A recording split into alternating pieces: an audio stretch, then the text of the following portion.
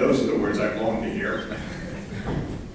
Gordon, note to self, never make fun of someone who gets the microphone after you.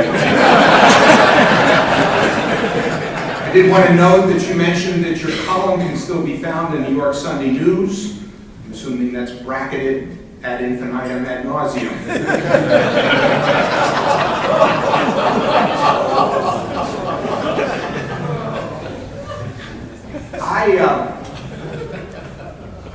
I have a confession to make today. About a month ago, I actually called into a radio call-in talk show. And I don't even really like radio call-in talk shows. I mean, I really don't care what the moron in Mechanicsburg thinks. But what can I say? And you all know how shy I am about the sound of my own voice, but I was tickled to hear myself on the radio. So what was the show that compelled me to do that? The show, which is on WITF, and I kind of hope you all know this, from 9 o'clock to 10 o'clock every weekday morning, called Radio Smart Talk, and it is, without peer, the best local radio news show that there is. Our speaker this morning has been the host and executive director of that show, Scott Lamar. And I would suggest to Brad and to Mike Summers, you guys really need to tune into the show every day and take notes, because we want those speakers.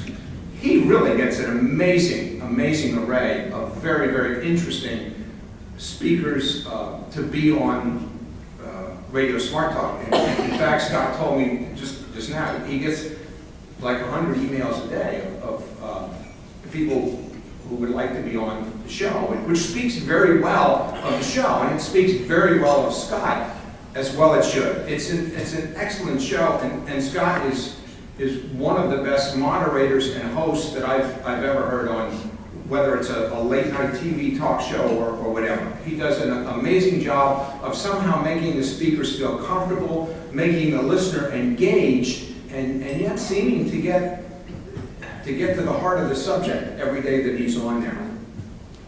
Scott is and has been the host and executive director of a program which the Pennsylvania Associated Press has given broadcast awards to every year since its debut in 2008. It's been nominated for Mid-Atlantic Emmys in 2007, 2008, 2009, 2011, and AP Broadcast Awards for the state's best news/sports talk and public affairs show since 2000. Scott he's from the other side of the river, what can I say, he's from Coatesville. But he's been in broadcast journalism, he's done sports play-by-play, he's been a manager, and he's been involved with radio in one form or another for 35 years. And I am thrilled and delighted to welcome and to introduce the host of Radio Smart Talk, Scott Lamar.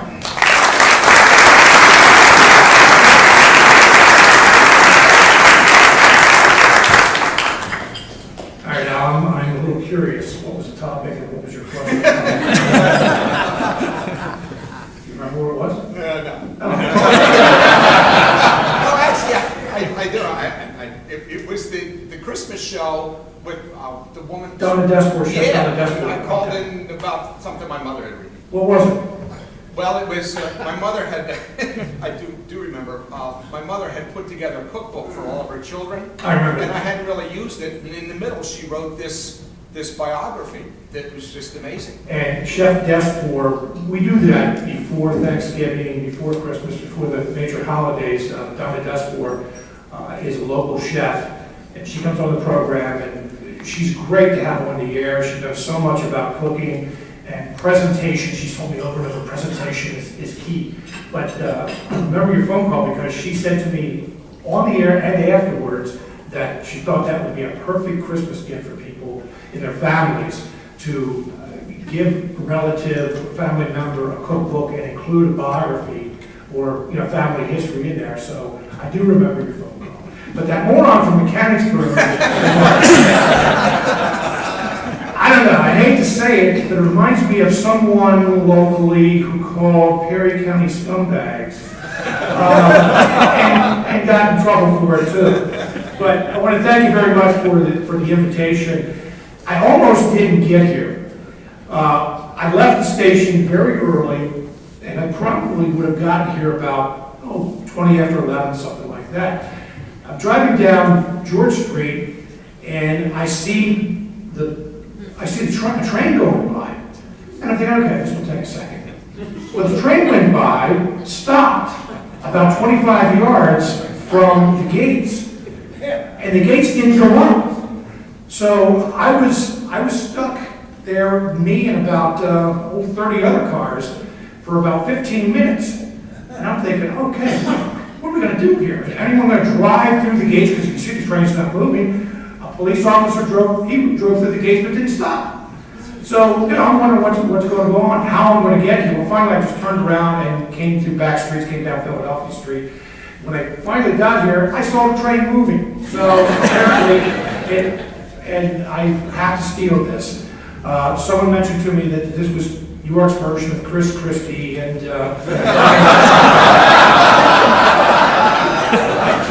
tying up traffic in downtown York. Al mentioned I've been in broadcasting for 35 years. Actually, that was just a few years out of high school after going to school. But my senior year in high school, I was, for a month, a high school representative for the local Rotary Club in Coatesville. And, we went for 4 weeks, was me and another guy. Went for 4 weeks, and at the end of the 4 weeks, I had to get up and speak then, too. And I gotta be honest, I didn't have a whole lot to share in the 1970s. I mean, I'm thinking, looking at all these professional people and everything, I'm a high school kid, I'm thinking, what am I gonna tell them? So I talk about, aspirations for community service, and even today, I think that's, something admirable to have as a goal, to serve the community like Rotarians. But now that I'm before the largest Rotary Club in Pennsylvania, I feel like I've come full circle, and hopefully I'll have a little more substance to share than I did back in 1976. I'm here today to talk about public broadcasting, WITF in particular, talk radio, and the changing media landscape. Now that I know that there are some newspaper people in the room, I may have to change the script a little bit. Oh, by the way, I'm very glad to hear, in fact, it makes me feel very comfortable that someone else has large print. That font went up to 18, and I'm like, okay, I hope I can see that. But we'll talk about all those things. Now, I think the weather forecast has changed a little bit today, but if you remember earlier in the week, the forecasters were talking about a little bit of snow, possibly some freezing rain today. Now, my question for you, this is kind of a rhetorical question, I'm not looking for you to raise your hands, but how many of you went out and bought your bread, bought your milk, got your car filled with gas? And, maybe it's a sign of my old age, but I don't remember those things when I was a kid. I don't remember people, and I use the term freaking out, whenever there was snow in the forecast or any kind of winter weather. Of course, today with, people are concerned, when I say people, meaning schools being closed at the slightest hint of snow or anything like that. They're concerned about liability. They don't want the kids standing out in the cold waiting for the bus. There's a lot of other reasons. More cars in the road, probably more roads than there were when I was a kid and they were all dirt roads. But one of the reasons that I bring this up is that winter weather has become a media event. Think about it. Maybe it's because we just don't get as much snow as we used to when I was a kid. But it just seems as though whenever there's winter weather in the forecast, it's the lead story on TV and radio, and then of course there's social media. Guaranteed, if there is snow in the forecast, if you're on Facebook, a few of your friends will say, oh, I heard 6 to 8 inches, when the TV forecaster is saying a dusting. It somehow grows on social media as to how much we get. Now, all this plays into the anxiety of the viewers, the listeners, and the readers out there. What's this have to do with the media or what I do? Well, it's a good example But we in radio and TV have found that bad weather, and snow in particular, generates a bigger audience. Now, I don't think that this is done on purpose to alarm people or scare people, at least I'm thinking of it that way. Because I think that most people want to go to a TV station, radio station, wherever they go for their weather forecast, they want accuracy.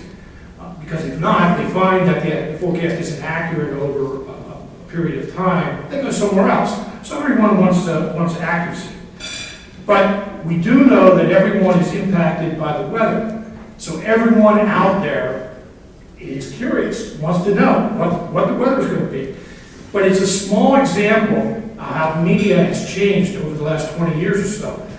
WGAL, well, I think all the local TV stations have super Doppler rate, they've spent millions of dollars on equipment that whether it may or may not help them forecast the weather better, but it is a good promotion tool. And it's just one of those things that I think that the audience has come to expect.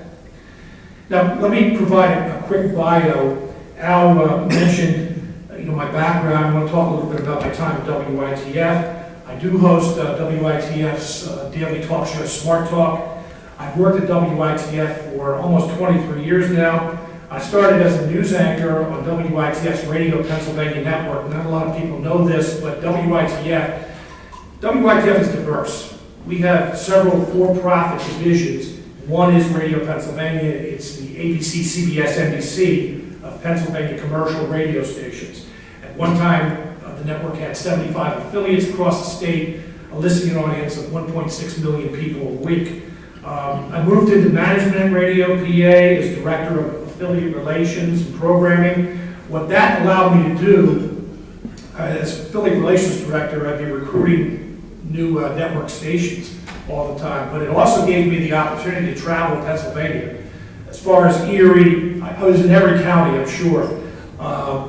But what I learned is that this is a diverse state, and that when you talk about the east side of the river, you go a little, 30 miles west of the Susquehanna River, and it's a whole different world than what it is. I mean, I was surprised when I found Buffalo Bills fans in northern Pennsylvania. Well, Potter County is closer to Buffalo than it is Pittsburgh or Philadelphia, any of those areas. In 2000, WITF decided to start a weekly public affairs TV show, and Smart Talk was the name that we came up with. We were nominated, as I mentioned, for close to a dozen regional Emmy Awards, and our host, Nell McCormack-Abom, did win 2 Emmys. Now, my current title is executive producer and host of Smart Talk, the radio program. And notice I said Smart Talk. It was called Radio Smart Talk while Smart Talk TV show was on the air, but just a few months ago, the show, after 14 years, went off the air, and so the radio program is now known as Smart Talk. When that name was first suggested to me, I was like, I don't know if I like that or not. That's a lot to live up to. It's so easy for people to say, well, I don't think that was very smart. But the idea behind the name is to explain exactly what the program is. Thoughtful discussion. That there would be a civil discussion where people would have a few thoughts in their head, and it wouldn't be just people screaming and trying to get people on their side, that kind of thing. But it would be a conversation with some substance about what could be some pretty controversial issues. We all are familiar with the talk shows that are high volume, he said, she said. It's debate with the host, who most of the time the host opinions trump all. Some are like that, not all, and for people who like those kind of talk shows, I'm not going to be critical. I mean, I hosted one at one time, so I know. You may learn something, it may get you thinking, but often what it does is it forces the listener to take a side on an issue. And it's more entertainment than it is learning something or information or education. And let's face it, you probably have heard people say this, that talk radio, or at least partisan talk radio, detracts from the civil discourse in this country, something that we are sorely lacking today. And that's not what we're striving for in Smart Talk, or on WITF overall. We're looking to bring context and analysis to an issue and be objective about it. And again, in this partisan atmosphere in which we live, especially in Washington, that's hard to do. But then again, that's why we think it's important. Now, I'll give you an example. Last week on Smart Talk, we produced a program on whether Pennsylvania should raise its minimum wage. 13 states did increase the minimum wage on January 1st. The state of Washington has increased theirs the most. It's now $9.32 an hour. California has a plan in place where theirs would be up to $10.10 an hour within the next year and a half. 21 states have minimum wages higher than the federal level of $7.25. Pennsylvania is still at that $7.25. With this background, with the background of this debate that we're having across the country about a growing disparity in incomes, the minimum wage issue is sure to be a big issue this year, especially in an election year. Now, appearing on that program was Gene Barr, who is president of the Pennsylvania Chamber of Business and Industry, and he opposes a raise in the minimum wage. And Rick Bloomingdale, who is president of the Pennsylvania AFL-CIO, and Rick supports raising the minimum wage in Pennsylvania. There is legislation right now, hasn't really gone anywhere, that would raise Pennsylvania's minimum to $9 at first, and then within 2 years to $10.10. This debate has been going on since the first minimum wage. I believe that the first one was in 1935. Mr. Barr said that if you raise the minimum wage, employers won't hire as many workers. They'll increase prices to make up for their products if they do, and that 3/4 of those who earn minimum wage are young and work part-time. Mr. Bloomingdale countered that the minimum hasn't been raised in Pennsylvania since 2009. A higher minimum would put more money in people's pockets, which would give them more spending money. Some of those products that we talked about, they'd be able to afford to buy them, and that it's simply not enough to live on. It isn't fair at a time when many corporations are seeing record profits. Now, this is and always has been a contentious issue. Both sides are very passionate about it, and they believe there will be dire consequences if the other side gets their way. But here's what I liked about that program. These two guys, who really didn't agree on a whole lot, explained their positions in simple terms. They addressed one another, even though they disagreed, but they did it politely and they did it with respect. It was not done in a classic debate format. And as part of the conversation, and that's a big word with me, is conversation. I never look at my guests on the air whenever I invite them to appear on the program. I never ask them to come in for an interview. I always ask them to come in for a conversation, because most people in conversations don't argue, don't scream at one another. They talk to one another. They actually engage with one another. And that's what these two gentlemen did. I really like the program. And one of the things I try to get out of our guests, even if they disagree on an issue, is to find an area where they do agree. One area where these two agreed was that they thought that Pennsylvania should have a higher earned income tax credit. And, I thought to myself, maybe this is the way that we get away from the polarization in this country. We start on what people can agree on and then go from there. The context analysis part of our program is also very important. I apologize for this, but newspapers used to be the media source for getting this kind of information, and many still are. But the reality is, not as many people are reading newspapers as they once did. Now, it pains me to say that, because I like nothing more than sitting down with a newspaper on my lap, reading the paper, not necessarily reading it online.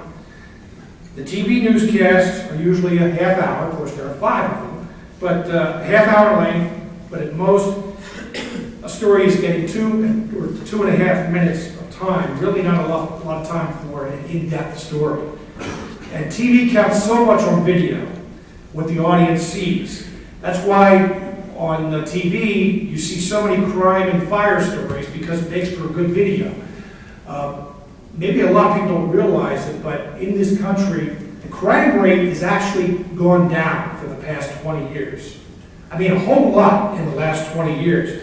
But if you ask a person on the street, you ask 10 people, 100 people on the street, most people would probably say that the crime rate is going up. And one of the reasons that it can be attributed to that is that they see so much crime on TV news, they think, it must be dangerous.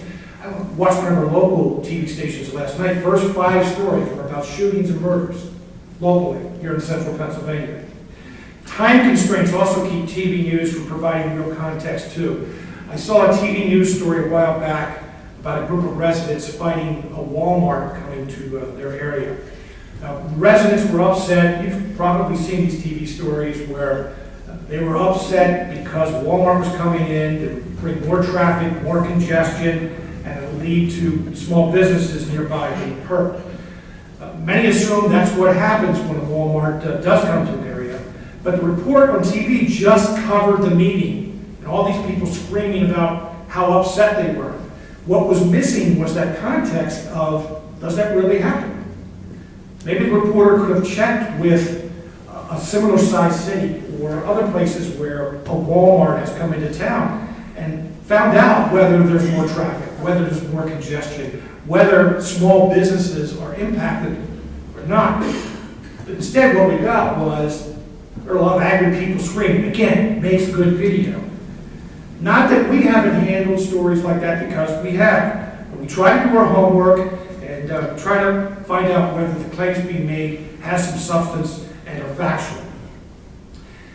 And another one of my pet peeves is, and we in we in the media are as guilty of this as anyone, that the public and the media will repeat something so often that we all assume it is fact and no one actually checks on it. Now, my favorite one is that 50% of all marriages end in divorce. How often have you heard that? We hear it all the time, and everyone in the media, in the public believes it. You hear people saying, "Oh, 50% of marriages, two couples get married, one's going to end in divorce."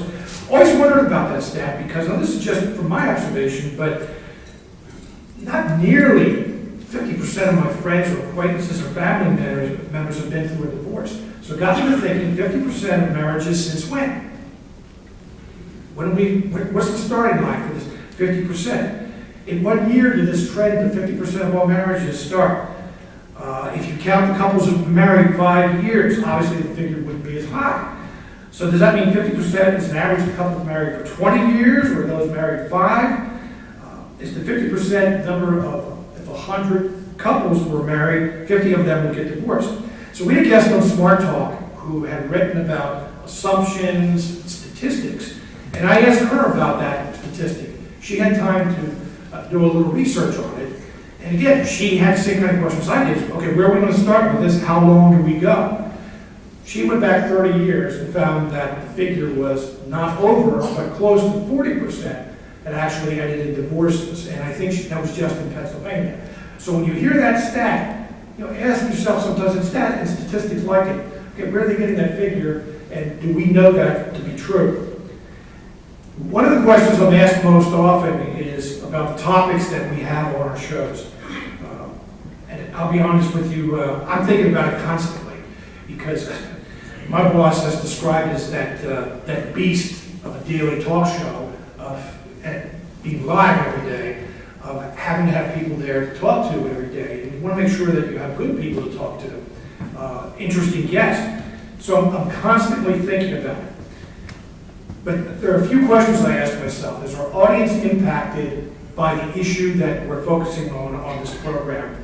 Maybe not that listener, but a family member or a friend or someone they know of that has been impacted by that issue. And there's so many issues that we all are impacted by. I mentioned one, the weather. And the other is whether a story or a topic is so compelling that even if you're not impacted in particular, that the audience would find it interesting. Now, we at WITF, like other media organizations, we do a lot of research, maybe not as much as we'd like, but our latest surveys found that WITF's audience, the topics that they're most interested in, there were 3. One, and we found this to be true and consistent with public broadcasting audiences nationwide. 1 was the economy, 2 was the environment, and 3 was history. Now that's different than what you probably would find on a commercial radio or TV station. I don't think you find too many commercial stations doing a whole lot on history. I think I'd also have to include healthcare and medical issues in there as well, especially since the advent of healthcare reform is one of the big topics that everyone's talking about. The issues that come under those headings always get my attention. As Al mentioned, I get 50 to 100 emails every day from public relations firms, publishers, political, religious, or service organizations, all pitching ideas for topics or for guests. They often do give me ideas, but the ones that come from South Central Pennsylvania or Pennsylvania are the ones I put at the top of my list. We're a local or a regional talk show. We're an affiliate of National Public Radio, and it does a fabulous job. So I'll let NPR do most of the national topics, but if there's a national topic that we can localize with someone from Pennsylvania, we do that. But again, Pennsylvania goes to the top of my list. And I include Pennsylvania as local in our audience because we are the public radio station in the state capital with the de facto state capital bureau for the other public stations across the state. I'm also looking for variety. Just as an example, Monday of this week we had Pennsylvania's new crime victim advocate talking about victims' rights. Yesterday it was health history and the impact of the Susquehanna River on our region. Earlier today I had a conversation with one of the 8 Democratic candidates running for governor of Pennsylvania, and tomorrow we'll talk about whether there's a shortage of doctors in Pennsylvania and the state's new law that allows doctors to apologize to patients if they've made a mistake without that being held against them in a lawsuit. I also have plans for shows on charter schools here in New York, obviously a big topic, guns on Pennsylvania's college campuses, immigration. In fact, I'm moderating an immigration panel discussion next week in Lancaster, and I'm hoping that some of the same people will appear on that panel will appear on the program. I also try to bring in some of those topics that everyone can relate to. And it surprises me when we get a reaction like, oh, I love that show, or, that's something I haven't heard before. Last week, one of the big topics was the weather, and lousy drivers, how so many people got behind someone in the snow. It's like, oh, that guy couldn't drive. We should learn to drive or stay home. So I had PennDOT and also someone from the Pennsylvania State Police Force talking about driving in the snow, also about what strategies PennDOT uses, how they decide when they're going to go out, what they're going to do to clear the roads. I was just amazed at the kind of response that showed up. But again, it's one of those things that affects everyone. Also try to bring in topics that, again, this would fit under that heading that people would find interesting, maybe it doesn't impact them as much. I saw an article a few months ago about 10 things people don't know about dreams. Now, it had nothing to do with interpreting dreams. It had to do with dreams' place in sleep, how important it is to our sleep and our health. And I read the article and thought, man, that's really interesting. So we'll see if I can have the people on who write those articles, who wrote that article. We're very choosy about the topics that we cover. You won't hear the latest sensational crime story or the latest about a trial on Smart Talk, not because it's beneath us or anything like that. It's what our audience is interested in. They're more centered on the big picture in life issues. Our audience wants that in-depth, give us what this really means, programs and news. They're interested in what happens nationally and internationally.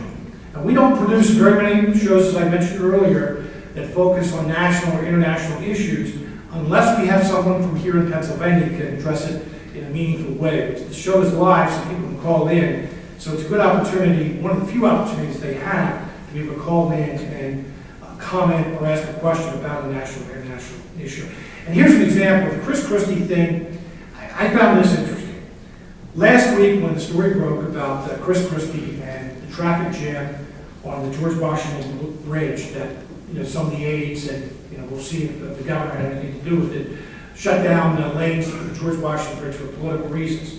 It led all the commercial TV networks, their newscast that night. It was front page news on every newspaper in the country. It is a big story since Christie is one of the leading candidates, or at least was one of the leading candidates for president in 2016, 2 years from now. NPR provided a lot of coverage about the Christie story too. Locally, we did. We let NPR do it. But NPR also had probably more coverage than the other networks and the other media about the water supplies, the chemical leak into the water supplies in West Virginia. Now that impacted just 9 counties in West Virginia. So why is that such a big story? Well, because it could happen anywhere. It could happen anywhere in this country. And what it got people thinking about is, I wonder if our water supply is safe. I wonder what safeguards are in place to keep a chemical from getting into our water supplies. I have plans to ask just those kind of questions when I get someone on the air to talk about whether it's a chemical leak or, heaven forbid, a terrorist. And about that Christie story, saw a poll yesterday from the Pew Research Center for the People in the Press. It was conducted this past weekend. It found that only 18% of those polled paid attention to the Christie story. That surprised me. But I had to attribute that to, if he's run for president, it's 2 years from now. And even though we in the media are very focused on that, year-round, all 4 years, the public isn't for the most part. 44% were closely following the cold weather and the winter weather. That was what they were most interested in last week. And 28% were tracking news on the economy, which again, impacts everyone. Choosing guests is also very important too. My favorite guests are the ones who are very knowledgeable, honest, can handle critical questions, and are very articulate. The best shows are the ones where I speak the least. The ones where I can just ask a 4 or 5 word question and the guest goes from there. I mentioned Monday with the victim advocate. Jennifer Storm is the New State's victim advocate. She is one of my favorite guests. I found myself asking 4 or 5 word questions and her just getting right into it. Her answers were like 1.5 minutes to 2 minutes. She was providing information. She knew exactly where I was going with it, what the audience was interested in. In fact, I've told people, we get critiqued. My boss critiques me from time to time. His biggest criticism is, oh, your questions are too long. Well, if my questions are too long, that means the guest isn't very good. It means that I'm filling in the blanks for them. And that, I try to keep it short, but if somebody is saying, oh yeah, hi, yeah, you're right. That doesn't work very often, so I end up being a guest myself, interviewing myself. I've had listeners say to me, I don't know how you remember so much about this, or how you have so much knowledge about these topics. And I see it a little bit differently.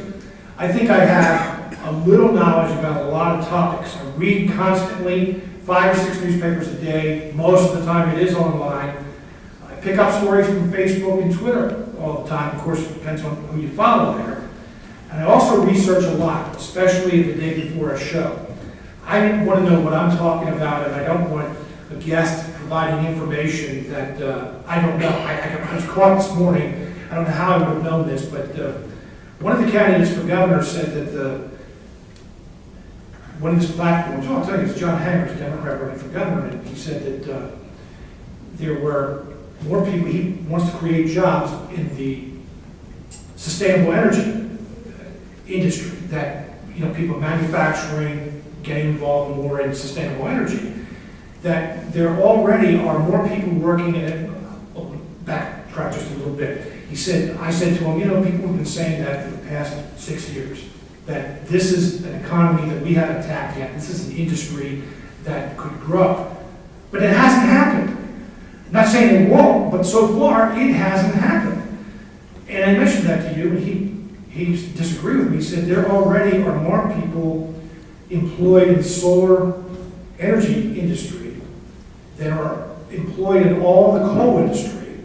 He said there are 114,000 people employed in the solar energy industry. That's more than all coal across the United States. I find that hard to believe.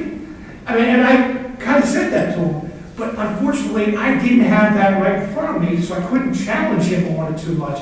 And so I had to, I wrote a note to my producer, get a figure, find out how many people are employed in the coal industry, but I don't like that kind of stuff to go on the air. I'm also asked if I have an agenda, a political agenda, and my answer is no. We try to, our goal and mission is to produce a program that's thoughtful, gets the audience thinking, but does it without that agenda. Multimedia is another word that you'll hear often today. newspapers, radio, and TV. We all have websites. We all are trying to engage our audiences. We at WITF try to do the same thing, get comments from our listeners on Facebook, Twitter, or our website. In fact, one thing I will mention is that we have formed a partnership with the York Daily Record. Daily Record does a fabulous job. One of the great series they recently did was on type 2 diabetes. We had a reporter on Smart Talk along with a couple of medical professionals. They're going to be using some of our State Impact Pennsylvania, which focuses on energy economy in Pennsylvania. So those are, some of the areas which we're looking to partner as well. Now, wrap this up by talking about a new project that was just announced yesterday. It will include most of the public broadcasters in Pennsylvania, including WITF. It will report on the challenges facing the state cities, including York. So be sure to be looking for that on the air and online coming very soon. Thank you very much. I appreciate your attention. I hope that this is the big one and this is the sharp work.